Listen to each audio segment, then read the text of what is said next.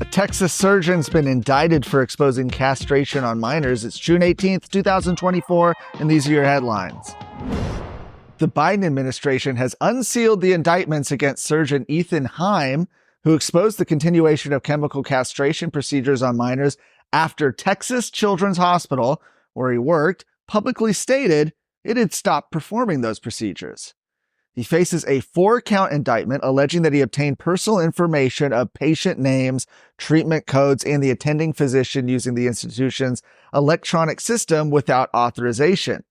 This follows Heim's initial uncovering of continued sterilization procedures at Texas Children's Hospital and his subsequent prosecution. Several years ago, the institution proudly proclaimed its support for chemical castration on minors as medical professionals administered cross-sex hormones and puberty blockers to gender-confused children. Well, due to immense pressure from the public, the hospital claimed to have stopped the procedures. CEO Mark Wallace announced that the program would be shut down. However, as Heim revealed, the program had continued the procedures.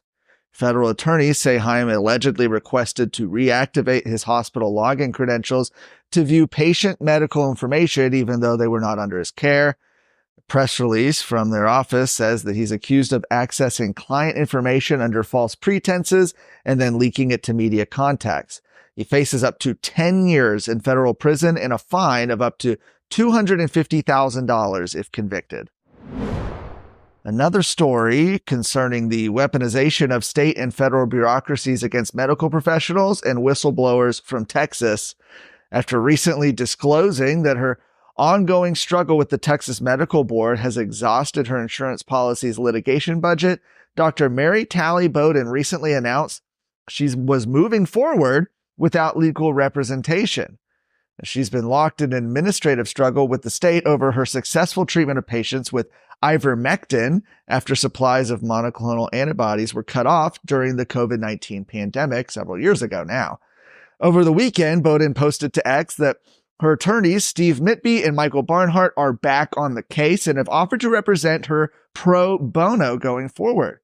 And this wasn't the only bit of news she disclosed. According to her post, last week, TMB lawyers offered her an agreed offer that would have required her to take 12 hours of continued learning and a jurisprudence exam.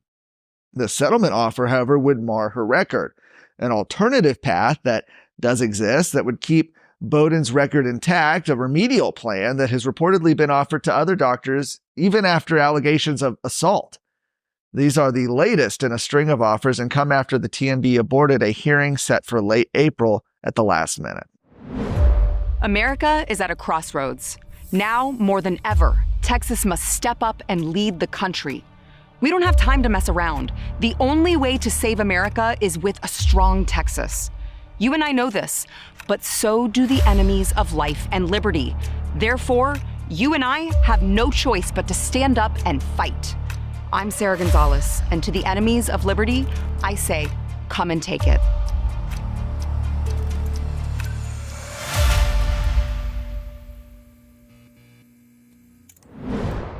Tarrant County GOP Chair Beau French is continuing to expose leftist infiltration in Fort Worth, revealing documents that show Fort Worth City Council's hired a diversity consultant.